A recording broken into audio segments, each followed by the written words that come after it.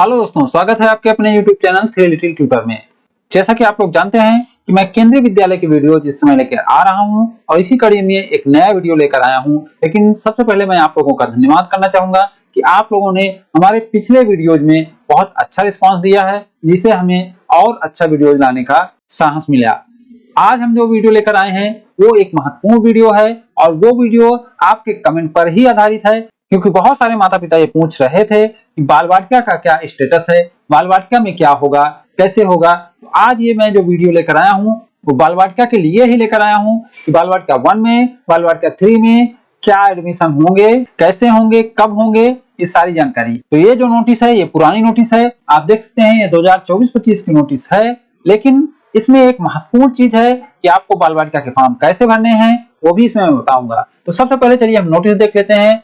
तो जैसे आप देख पा रहे हैं ये बाल वाटिका 2024-25 की नोटिस है। इसमें बताया गया है कि 50 केंद्रीय विद्यालय में बाल वाटिका 1 के और 445 केंद्रीय विद्यालय में बाल वाटिका 3 के एडमिशन होंगे। ये पिछले साल का स्टेटस है, इस साल स्टेटस में चेंज आ सकता है, क्योंकि जो मुझे न्यूज मिल रही है उसके अनुसार और बहुत सारे केंद्रीय विद्यालय में बाल वाटिका 3 के एडमिशन इस साल स्टार्ट हो सकते हैं। तो वो जानकारी जैसे ही अपडेट होगी, जैसे ही एकदम कंफर्म होगी, वो जानकारी भी लेकर मैं आऊंगा। उसके लिए आप हमारे चैनल पर बने रहें और हमारे वीडियोस देखते रहें। तो आप देख सकते हैं कि यहाँ बाल वाटिका की एज बताई गई है। ये एज 31 मार्च को कंप्लीट होनी चाहिए, तब आपका बच्चा बाल वाटिका के लिए एलिजिबल होगा।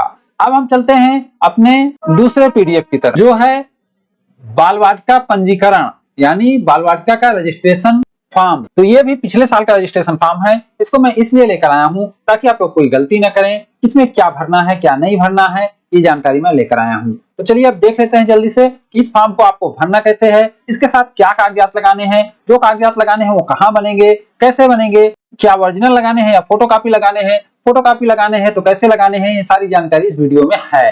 तो सबसे पहले हम देखेंगे कि इस फॉर्म में आपको क्या क्या भरना है। तो सबसे पहले है क्रम संख्या, इसमें आपको कुछ नहीं भरना है, ये स्कूल वालों के लिए है। यहाँ पंजीकरण नंबर है, रजिस्ट्रेशन नंबर है, इसको भी आपको नहीं भरना है, इसको भी स्कूल वाले भरेंगे। अब जो भरना है वो पहला आपको ये वाला बॉक्स भरना है। इसमें क्या भरना है, जिस बाल वाटिका के लिए आप अप्लाई कर रहे हैं, यानी बाल वाटिका 1, 2 या 3 जिसके लिए भी आप अप्लाई कर रहे हैं उसको भरना है। और यहाँ पर आपको बच्चे का रेशन पासपोर्ट साइज का फोटोग्राफ लगाना है, ये फोटोग्राफ कलर होना चाहिए। फिर आगे आपको 1 नंबर से भरना है, यहाँ भरना है बच्चे का नाम हिंदी में, फिर यहाँ भरना है बच्चे का नाम अंग्रेजी में, कैपिटल लेटर में भरना है। फिर यहाँ भरनी है जन्म तिथि, जन्म तिथि आपको DDMMYYY के फॉर्म में भरनी है, यानी यहाँ पर आपको डेट भरना है और यहाँ पर आपको महीना भरना है और यहाँ पे सन भरना है, जो 4 अंकों में होना चाहिए। अब अगर किसी का डेट ऑफ बर्थ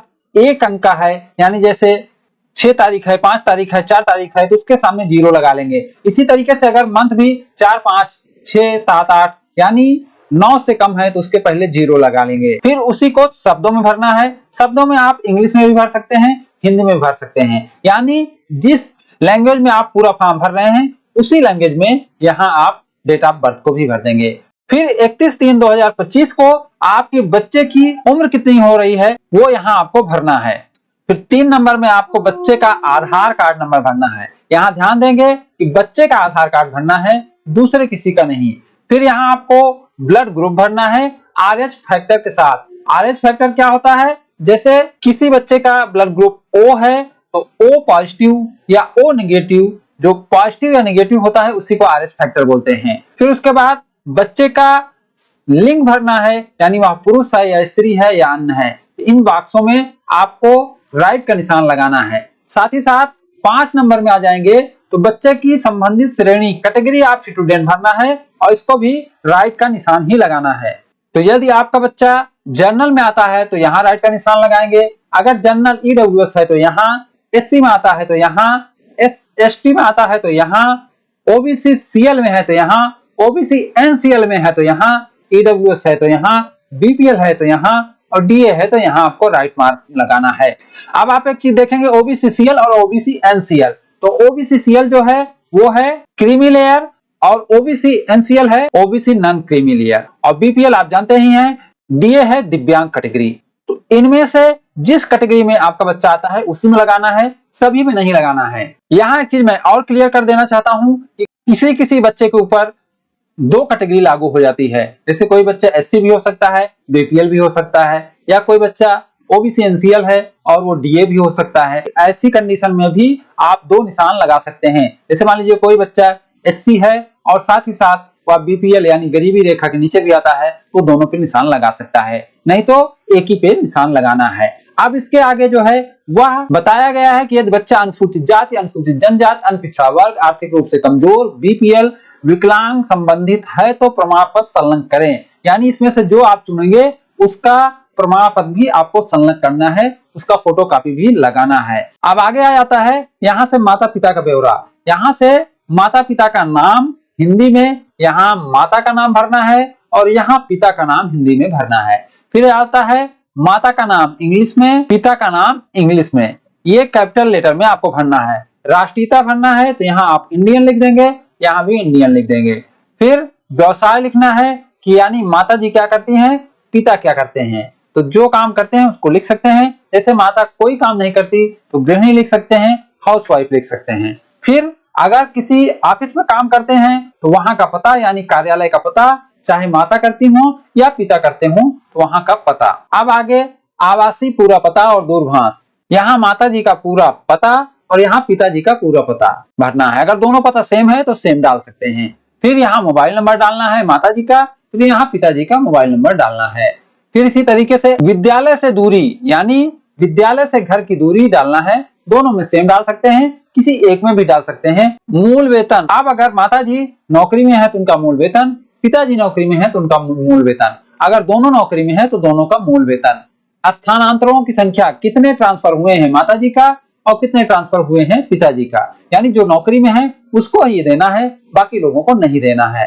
फिर श्रेणी 1 से 5, जो प्रायोरिटी कैटेगरी श्रेणी बताई गई है 1 से 5 तक, उसको यहाँ भरना है। यानी अगर आप सेंट्रल गवर्नमेंट एम्प्लॉय हैं तो इसमें 1 भरना है, अगर स्टेट गवर्नमेंट एम्प्लॉय है 3 भरना है। इसी तरीके से 5 श्रेणियां होती हैं, जिसका वीडियो मैं पहले डाल चुका हूं, आप उसमें जाकर देख सकते हैं। अब यहाँ बताया जा रहा है कि विद्यालय से आवास की दूरी के लिए प्रमाणित माता पिता अभिभावक का शपथ पत्र मान होगा, आवास प्रमाण पत्र देना आवश्यक है। इसी चीज को इंग्लिश में भी बताया गया है। यानी जो डिस्टेंस सर्टिफिकेट है माता पिता शपथ पत्र के रूप में दे देंगे तो माना जाएगा, लेकिन उसके साथ साथ आवास प्रमाण पत्र यानी रेसिडेंस प्रूफ भी देना जरूरी है।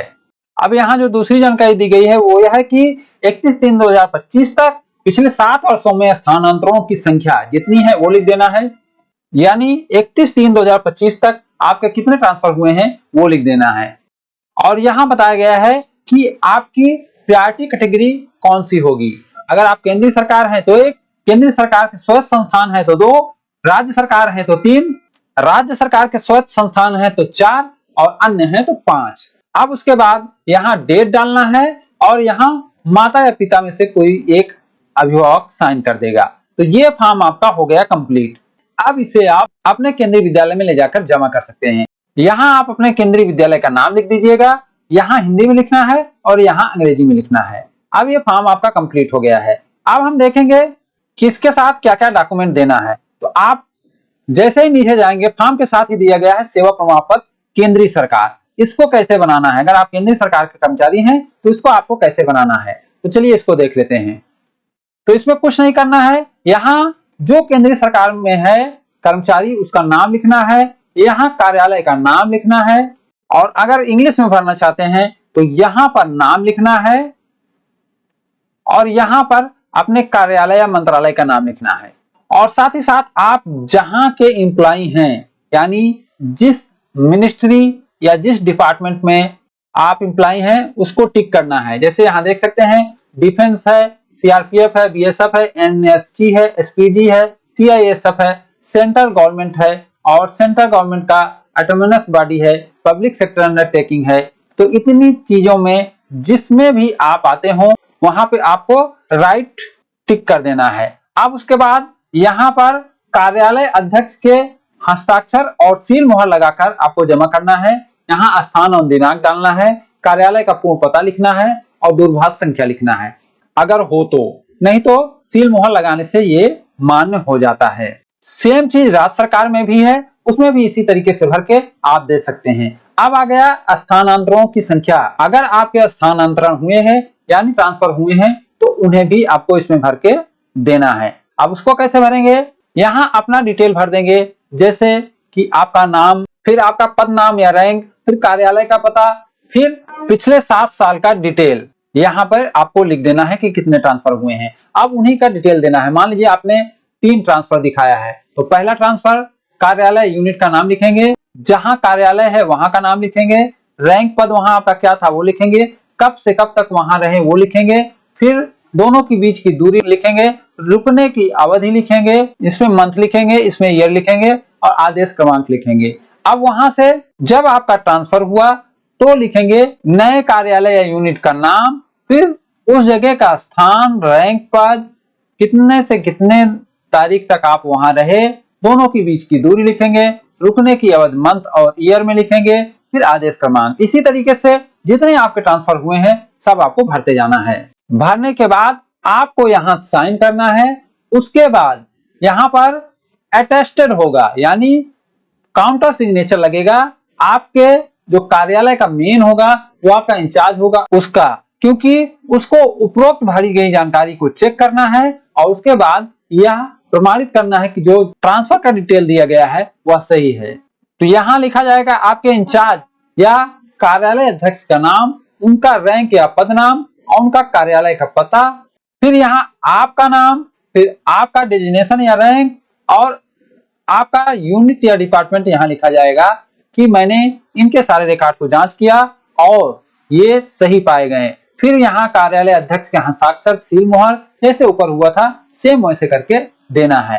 अब कुछ केंद्रीय विद्यालय ये जानकारी भी मांगते हैं कि मैं एतद्द्वारा प्रमाणित करता हूं कि उपयुक्त प्रविष्टियां मेरी जानकारी में सत्य है, मैं विद्यालय के नियमों से प्रतिबद्ध रहूंगा या रहूंगी, और उसके बाद यहाँ माता पिता साइन करेंगे, यहाँ डेट डालेंगे। ये कार्यालय उपयोग के लिए है, इसे हम लोग को नहीं भरना है। इसमें जब आपके बच्चे का प्रवेश होगा तो वो लोग जानकारी भरेंगे। लेकिन यहाँ एक जानकारी है जो अपने लिए जरूरी है। वो जानकारी ये है कि हम कितने दस्तावेज लगा रहे हैं, चेकलिस्ट ऑफ डॉक्यूमेंट। इसमें आप जितने डॉक्यूमेंट लगा रहे हैं उनको टिक कर दें। जैसे एडमिशन फॉर्म आप दे ही रहे हैं तो इसको टिक कर दें, डेट ऑफ बर्थ का सर्टिफिकेट दे रहे हैं इसको टिक कर दीजिए, रेसिडेंस का दे रहे हैं तो इसको कर दीजिए, ब्लड ग्रुप का दे रहे हैं इसको कर दीजिए, एफिडेविट कोई दे रहे हैं तो उसको दे दीजिए, आधार कार्ड की फोटोकॉपी, कास्ट सर्टिफिकेट दे रहे हैं तो उसको दे दीजिए। तो फ्रेश एडमिशन के लिए इतना ही है, बाकी ये जो है वो केवीटीसी या आर्मी टीसी के लिए है। तो अब आपका फॉर्म कंप्लीट हो गया है। इतनी चीजें लगाकर आप फॉर्म को जमा कर सकते हैं। तो ये फॉर्म बताने का मेरा मेन मकसद ये था कि इसमें आप समझ सकें कि क्या क्या जरूरत होती है। जैसे जब हम भी बताते रहते हैं तो हमको भी नहीं पता लग पाता है कि इसमें क्या क्या जरूरत होगी, क्योंकि एक चीज छूटने का डर रहता है। लेकिन जब फॉर्म भरेंगे, ऑनलाइन भरेंगे, आपके सामने भरेंगे, तो हमको भी एक एक चीजें याद आती जाती हैं और आपको बताने में भी सुविधा होती है। इसलिए मैंने पिछले साल का फॉर्म भर के आपको दिखाया है ताकि आपको कोई दिक्कत ना हो। उम्मीद करता हूँ ये वीडियो आपको बहुत हेल्पफुल रहा होगा। आगे ही बाल बच्चा के संबंध में और वीडियो मैं लेकर आने वाला हूँ। आप हमारे चैनल पर बने रहें और हमारे चैनल को सब्सक्राइब करें, वीडियो को शेयर करें, लाइक करें। धन्यवाद।